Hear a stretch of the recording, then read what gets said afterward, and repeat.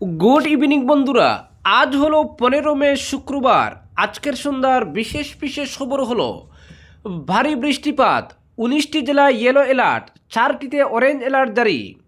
রাজ্যে ফের ভারী বৃষ্টির আগাম সতর্কতা। আগামী 2-3 দিন রাজ্যের বিভিন্ন প্রান্তে বৃষ্টিপাতের সম্ভাবনার কথা জানিয়েছে আঞ্চলিক আবহাওয়া বিজ্ঞান কেন্দ্র। গুয়াহাটিবাসীকে প্রয়োজনীয় সতর্কতা অবলম্বনের আহ্বান জানানো হয়েছে। পাশাপাশি রাজ্যের বিভিন্ন এলাকায় ঝড় বৃষ্টি ও বজ্রপাতেরও পূর্বাভাস জারি করা হয়েছে। মহানগরী সহ একাধিক স্থানে ভূমিধসের আশঙ্কা প্রকাশ করেছে আবহাওয়া দফতর। সংশ্লিষ্ট বিভাগগুলিকে সর্বদা সতর্ক থাকার নির্দেশ দেওয়া হয়েছে।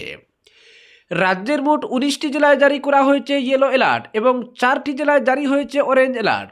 দক্ষিণ শালমারা, ধুবড়ি, কুকরেজার, গোয়ালপাড়া, বঙ্গাইগাঁও, বরপেটা, বজালি, তামুলপুর, নলবাড়ি, কামরূপ মেট্রো, উদালগুড়ি, পশ্চিম কার্বি আংলং, শোনিতপুর, বিশ্বনাথ, লখিমপুর, ধেমাজি, ডিব্রুগড় এবং তিনসুকিয়া জেলায় ইয়েলো অ্যালার্ট জারি করা হয়েছে। অন্যদিকে ডিমা হাসাও, কাছাড়, হাইলাকান্দি এবং শ্রীভূমি জেলায় জারি হয়েছে অরেঞ্জ অ্যালার্ট। ইয়েলো অ্যালার্ট জারি হওয়া জেলাগুলিতে প্রবল থেকে অতি প্রবল বৃষ্টিপাতের সম্ভাবনা রয়েছে।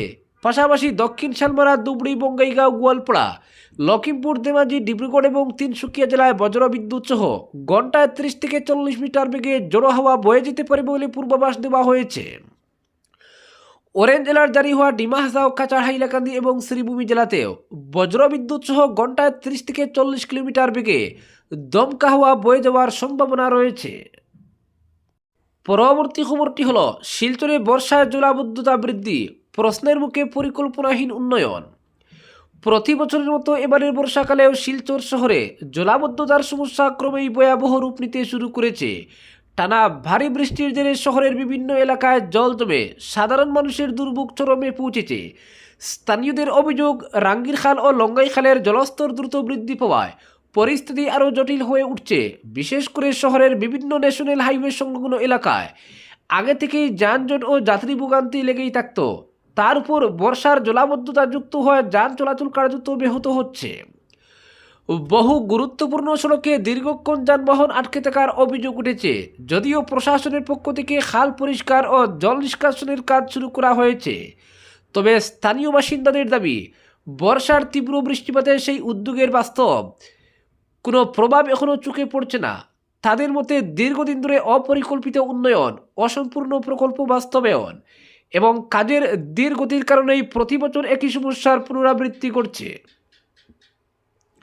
এদিকে বিষয়টি রাজনৈতিক মহলেও আলোচনার কেন্দ্রবিন্দু হয়ে উঠেছে। শাসক ও বিরোধী পক্ষ একে অপরকে দোষারোপ করলেও স্থায়ী সমাধানের লক্ষ্যে কার্যকর উদ্যোগের অভাব রয়েছে বলে অভিযোগ সাধারণ মানুষের। বিরোধী শিবিরের একাংশ অবশ্য দাবি করেছে, তারা অযথা রাজনৈতিক বিরোধিতার পথে না গিয়ে উন্নয়নমূলক কাজকে সমর্থন করেই এগোতে চায়। সচেতন মহলের মতে উন্নয়ন শুধুমাত্র নির্বাচনী প্রতিশ্রুতির মধ্যে সীমাবদ্ধ থাকলে চলবে না। আগামী প্রজন্মের স্বার্থে সুপরিকল্পিত ও টেকসই অবকাঠামো গড়ে তোলাই এখন সময়ের দাবি। অন্যথায় প্রতি বর্ষাতেই শিলচরের মানুষকে একই দুর্ভোগের মুখোমুখি হতে হবে বলে আশঙ্কা প্রকাশ করেছেন অনেকে। অপরদিকে কাটিগড়ায় কৃত্রিম বন্যার ভয়াবহতা, প্রথমবার জলবন্দী বিহারা ও চন্দ্রনাথপুর। কাছাড় জেলার কাটিগড়া বিধানসভার বড়াইল পাহাড় পাদদেশের বিহারা এলাকায় কৃত্রিম বন্যার জেরে চরম দুর্ভোগে পড়েছেন সাধারণ মানুষ। স্থানীয় বাসিন্দাদের দাবি, স্বাধীনতার পর এই প্রথম এমন ভয়াবহ জলাবদ্ধতার পরিস্থিতির মুখোমুখি হতে হচ্ছে তাদের। টানা বৃষ্টির কারণে এলাকায় জল জমলেও প্রাকৃতিক বন্যার চেয়ে এবার বড় সমস্যা হয়ে দাঁড়িয়েছে অপরিকল্পিত নির্মাণ এবং পর্যাপ্ত জল নিষ্কাশন ব্যবস্থার অভাব। স্থানীয় সূত্রে জানা গেছে, অতীতে কাটিগড়া কিংবা বড়খোলা অঞ্চলে বন্যা দেখা দিলে বহু মানুষ নিরাপদ আশ্রয়ের খোঁজে বিহারা এলাকায় বসে থাকতেন। পাহাড়ের পাদদেশে অবস্থিত হওয়া এই অঞ্চল সাধারণত জলমুক্তই থাকত। কিন্তু সময়ের সঙ্গে সঙ্গে এলাকায় গড়ে উঠেছে আসামমালা প্রকল্পের রাস্তা, এফডিআই গুদাম, রেলইয়ার্ড সহ একাধিক শিল্প ও বাণিজ্যিক অবকাঠামো। অভিযোগ, এসব নির্মাণের সময় যথাযথ জল নিষ্কাশনের ব্যবস্থা রাখা হয়নি। এছাড়াও বিভিন্ন নালা, খাল এবং প্রাকৃতিক জলপথ দখল করে বাড়িঘর নির্মাণের ফলেও বৃষ্টির জল বের হতে না পেরে বিস্তীর্ণ এলাকা প্লাবিত হচ্ছে বলে অভিযোগ সচেতন মহলের। ফলে সামান্য বৃষ্টিতেই এখন জলমগ্ন হয়ে পড়ছে বসতবাড়ি, রাস্তাঘাট ও কৃষিজমি। একই পরিস্থিতি তৈরি হয়েছে কাটিগড়া বিধানসভার চন্দ্রনাথপুর চা বাগান এলাকাতেও। এখানকার বাসিন্দারাও প্রথমবারের মতো কৃত্রিম বন্যার কবলে পড়ে আতঙ্কিত হয়ে পড়েছেন। বহু বাড়িতে জল ঢুকে পড়ায় বিপর্যস্ত হয়ে পড়েছে স্বাভাবিক জনজীবন। শিশু ও বয়স্কদের নিয়ে চরম দুর্ভোগের দিন কাটছে এলাকার মানুষের। এদিকে দ্রুত প্রশাসনিক হস্তক্ষেপের দাবি তুলছেন স্থানীয়রা। তাদের বক্তব্য, অবিলম্বে স্থায়ী জল নিষ্কাশন ব্যবস্থা গড়ে তোলা, দখলমুক্ত নালাখাল পুনরুদ্ধার এবং অপরিকল্পিত নির্মাণের উপর নিয়ন্ত্রণ আরোপ করা না হলে আগামী দিনে পরিস্থিতি আরও ভয়াবহ হয়ে উঠতে পারে। অপরদিকে বদরপুরে একের পর এক ভূমিধস, আতঙ্কে পাহাড়ি এলাকার বাসিন্দারা। অবিরাম মুষলধারার বৃষ্টির জেরে শ্রীভূমি জেলায় ক্রমেই ভয়াবহ হয়ে উঠেছে পরিস্থিতি। বিশেষ করে বদরপুরের বিভিন্ন এলাকায় ধারাবাহিক ভূমিধসের ঘটনায় সাধারণ মানুষের মধ্যে চরম আতঙ্কের সৃষ্টি হয়েছে। আজ বদরপুর থানার অন্তর্গত শ্রীনগর এলাকার 10 নম্বর ওয়ার্ডে ভয়ঙ্কর ভূমিধসের ঘটনা ঘটে। জানা গেছে, এলাকার বাসিন্দা কাজল রানীদের বসতবাড়ির উপর আচমকাই পাহাড়ের একাংশ ধসে পড়ে বিকট শব্দে মাটি ও পাথর বাড়ির উপর ধসে পড়তেই আতঙ্ক ছড়িয়ে পড়ে পরিবারের সদস্য ও আশপাশের বাসিন্দাদের মধ্যে। স্থানীয় সূত্রে জানা যায়, বৃহস্পতিবার রাত পর চলা ভারী বৃষ্টিপাতের ফলে পাহাড়ি এলাকার মাটি দুর্বল হয়ে পড়ে তার জেরেই এই ভূমিধসের ঘটনা ঘটেছে বলে প্রাথমিকভাবে অনুমান করা হচ্ছে। ঘটনাকালে পরিবারের সদস্যরা বাড়িতে উপস্থিত থাকলেও সৌভাগ্যবশত কোনো প্রাণহানির ঘটনা ঘটেনি, তবে বাড়ির কিছু অংশ ক্ষতিগ্রস্ত হয়েছে বলে জানা গেছে। অন্যদিকে বদরপুর থানার বগ্নিগুল এলাকায় আব্দুল হান্নানের বাড়িতেও ভূমিস্খলনের ঘটনা ঘটেছে। যদিও এই ঘটনায় কোনো হতাহত বা বড় ধরনের ক্ষয়ক্ষতির খবর পাওয়া যায়নি, তবুও টানা বৃষ্টির কারণে পাহাড়ি অঞ্চলের বাসিন্দাদের মধ্যে উদ্বেগ ও আতঙ্ক ক্রমশ বাড়ছে। বিশেষ করে পাহাড় সংলগ্ন এলাকায় বসবাসকারী পরিবারগুলো নিরাপত্তাহীনতায় ভুগছেন। ঘটনার খবর পেয়ে দ্রুত ঘটনাস্থলে পৌঁছে বদরপুর ফায়ার অ্যান্ড ইমার্জেন্সি সার্ভিসের কর্মীরা। তবে পরিস্থিতি পরিদর্শনের পাশাপাশি স্থানীয় বাসিন্দাদের সতর্ক থাকার পরামর্শ দেন। প্রশাসনের পক্ষ থেকে গোটা পরিস্থিতির উপর নজর রাখা হচ্ছে বলে জানা গেছে। অপরদিকে শিলচর পুরো এলাকা সহ কাছাড় জেলার বিভিন্ন স্থানে সামান্য বৃষ্টিতেই যেভাবে কৃত্রিম বন্যা ও জলমগ্নতার সৃষ্টি হচ্ছে, তাতে গভীর উদ্বেগ প্রকাশ করেছে এনএসইউআইয়ের কাছাড় জেলা কমিটি। সামান্য বর্ষণে সাধারণ মানুষের ঘরবাড়ি, দোকানপাট এবং রাস্তাঘাট জলের নিচে তলিয়ে যাওয়ায় নাগরিক জীবন সম্পূর্ণ দুর্বিষহ হয়ে উঠেছে। এই চরম জনদুর্ভোগের বিরুদ্ধে তীব্র ক্ষোভ উগরে দিয়ে দলের পক্ষ থেকে জেলা প্রশাসনের কাছে এক জোরালো দাবি জানানো হয়। দলের কাছাড় জেলা কমিটির পক্ষ থেকে করা প্রেস বিবৃতিতে বলা হয়, শিলচর শহরের ড্রেনেজ বা জল নিকাশি ব্যবস্থা সম্পূর্ণ ভেঙে পড়েছে। সামান্য বৃষ্টি হলেই শহরের প্রধান প্রধান রাস্তা থেকে শুরু করে অলিগলি জলমগ্ন হয়ে পড়ে।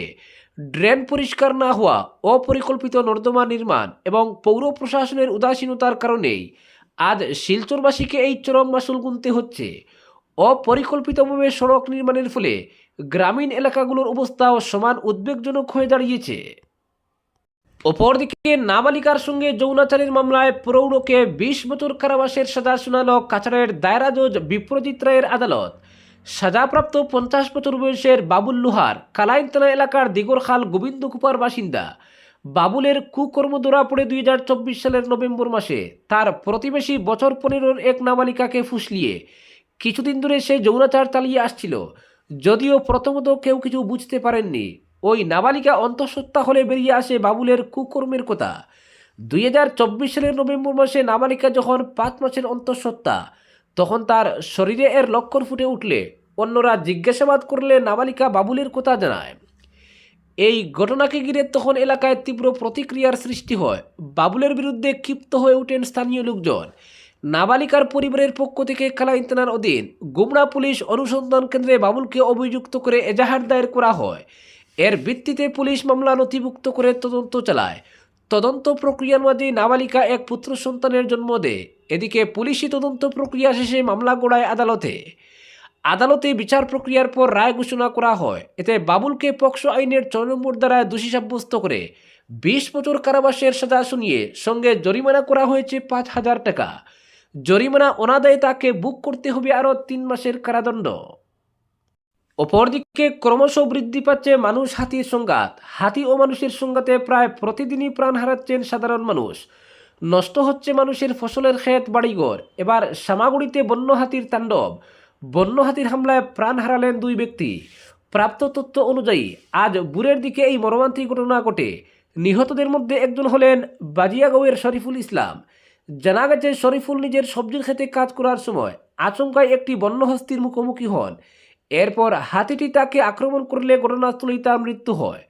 অন্যদিকে বন্য হাতির পালটিকে তাড়ানোর চেষ্টা করার সময় প্রণব দাস নামে আরও এক ব্যক্তির উপর হামলা চালায় হাতিটি। গুরুতর আহত অবস্থায় স্থানীয় বাসিন্দারা তাকে উদ্ধার করে দ্রুত হাসপাতালে নিয়ে যাওয়ার চেষ্টা করেন। দুর্ভাগ্যবশত হাসপাতালে নিয়ে যাওয়ার পথেই মৃত্যু হয় প্রণব দাসের। ঘটনার খবর পেয়ে বন বিভাগ ও পুলিশের একটি দল ঘটনাস্থলে পৌঁছে পরিস্থিতি পর্যালোচনা করে ইতিমধ্যে মৃতদেহ দুটি ময়নাতদন্তের জন্য পাঠানো হয়েছে। বর্তমানে এলাকায় এখনও বন্য হাতির পাল অবস্থান করায় চরম আতঙ্কের পরিবেশ বিরাজ করছে। আজকের বিশেষ বিশেষ সংবাদ এখানেই সমাপ্ত।